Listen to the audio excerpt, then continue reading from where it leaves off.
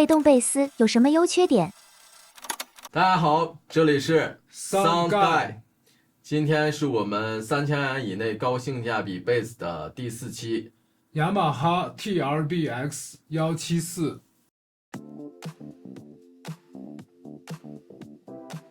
雅马哈 TRBX 174是一款面向初学者推出的4弦贝斯，采用被动电路和经典的 PJ 拾音器配置。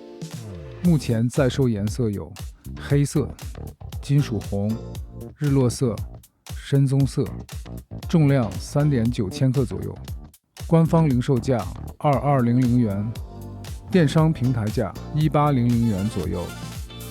录音的音箱我们还是使用的安培，只采用了麦克风拾音的方式，没有使用 DI 信号，并且没有经过任何后期处理。麦克风呢，我们还使用的舒尔 SM57和森海塞尔的 E902。参考琴呢，我们选择的是一把日分 PJ555贝斯，因为两把琴所使用的音箱和画放参数是完全一样的。如果你听到两把琴的音量有区别，那就是琴本身功率的区别。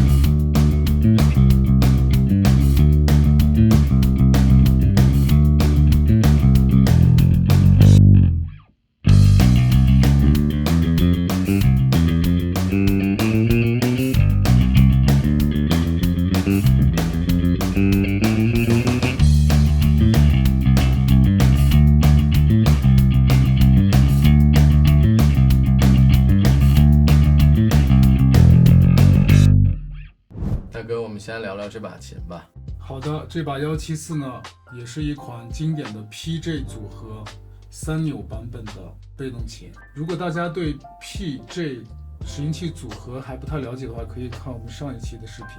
我有2个点想说一下，第一个就是它这个琴设计的是24个频，就说在高把位你有更多的音可以选择。还有一个就是这把琴的特殊的一个压弦感，这个非常实用。如果没有这个东西的话，我们的琴弦它的4根弦的倾斜角度会不太均匀，这样的话它会影响到它的共振，也可能会产生一些打品或杂音。那我们用这个压弦杆把它压住以后，保证它4根弦的倾斜角度是一样的，这样保证了这个琴呢共振是非常好的，然后也不会产生杂音。它的琴体大小呢做的也非常的适中，右手搭在这儿也会很舒服。它的琴颈虽然比爵士贝斯要略宽一点，但是它做的比较薄，指板的弧度也做得非常好，所以左手还是很舒服的。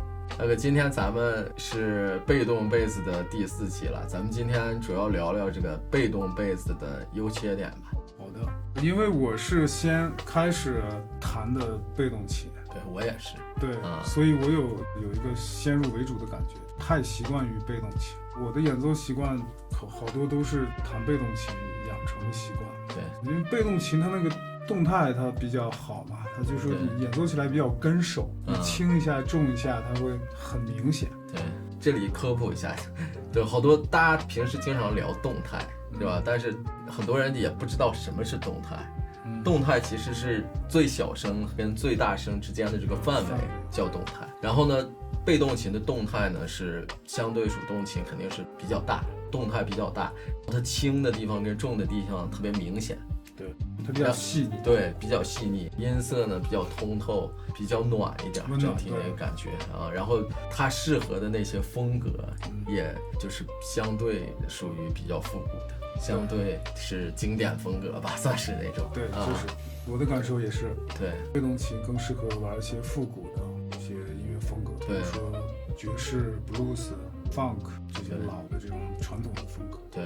那从你的角度，你觉得被动贝斯的优点有哪些？首先，我觉得先科普一下什么是被动贝斯。就是被动贝斯呢，就是不按电池的贝斯，我们广义可以都算被动贝斯。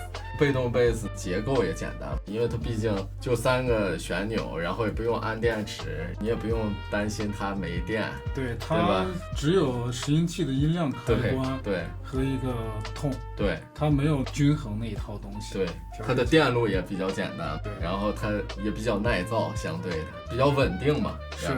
还有就是被动琴的那个输入的信号比较低嘛。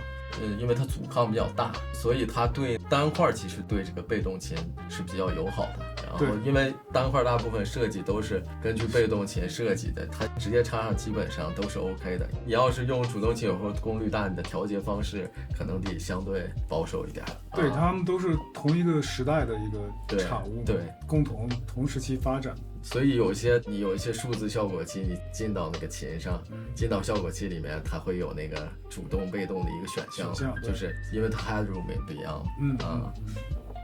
优点聊差不多了，那我们聊聊缺点吧。凡事都有两面性。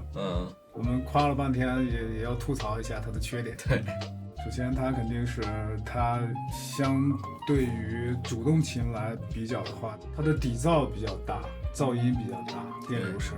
对，会有一点儿。对，我觉得大部分也能接受，倒是。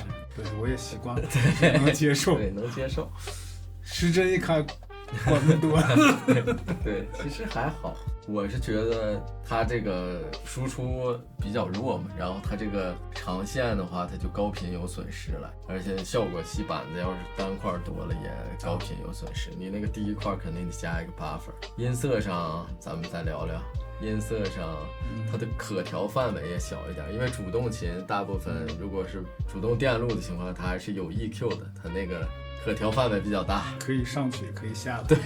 对，被动琴通常它的音域范围确实不如主动琴。对，如果玩流行的话，它的低频下潜下不到太低的范围。对。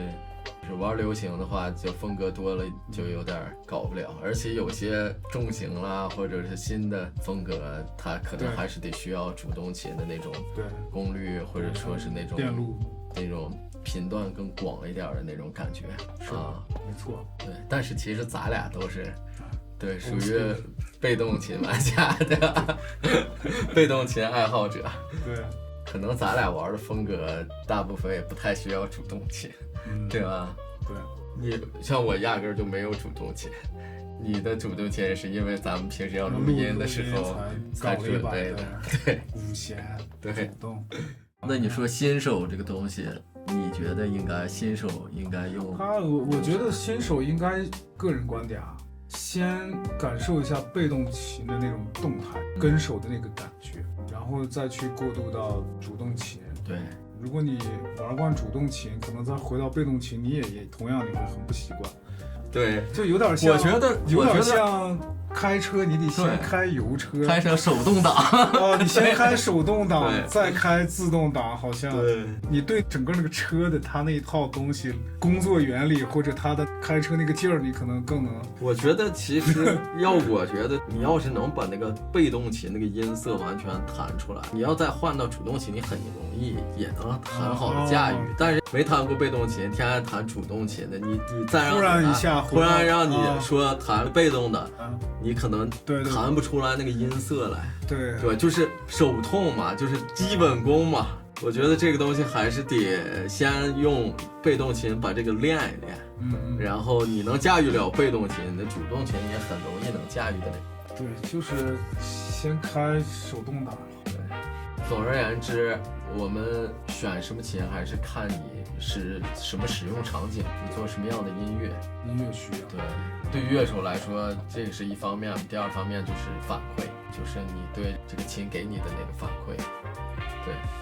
关于被动琴的优缺点，屏幕前的各位如果有什么见解，也可以发在评论区。今天我们就聊到这儿，欢迎大家一键3连，我们下期再见，拜拜。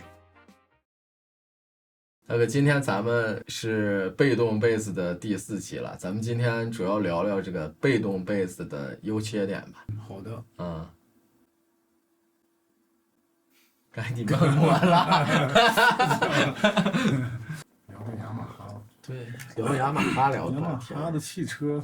雅马哈汽车太烧人了。雅马哈的汽车。雅马哈有汽车呢？哎，不是，那是30是吧？那我错了。雅马哈有摩托好像。对，雅马哈有摩托。